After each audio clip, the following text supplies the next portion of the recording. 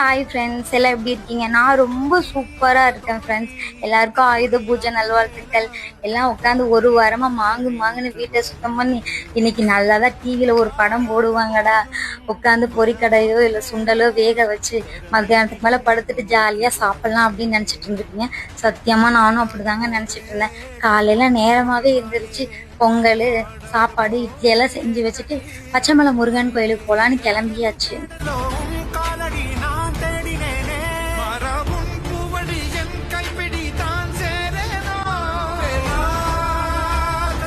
பச்சைமலை முருகன் கோயிலில் தாங்க எங்களுக்கு கல்யாணமும் ஆச்சு. அதனால நாங்கள் எப்போ அந்த கோயிலுக்கு கிளம்புனாலும் ரொம்ப குஷியாக தாங்க கிளம்புறோம். வர வழியில் ரொம்ப தண்ணி தாகமாக இருந்துச்சுங்க. அதனால எங்கள் வீட்டுக்கார் கரும்பு ஜூஸ் குடிச்சிட்டு போகலான்னு சொல்லி ஜூஸ் குடிச்சிட்டு பார்த்து பத்திரமா வீட்டுக்கு வந்துட்டோங்க.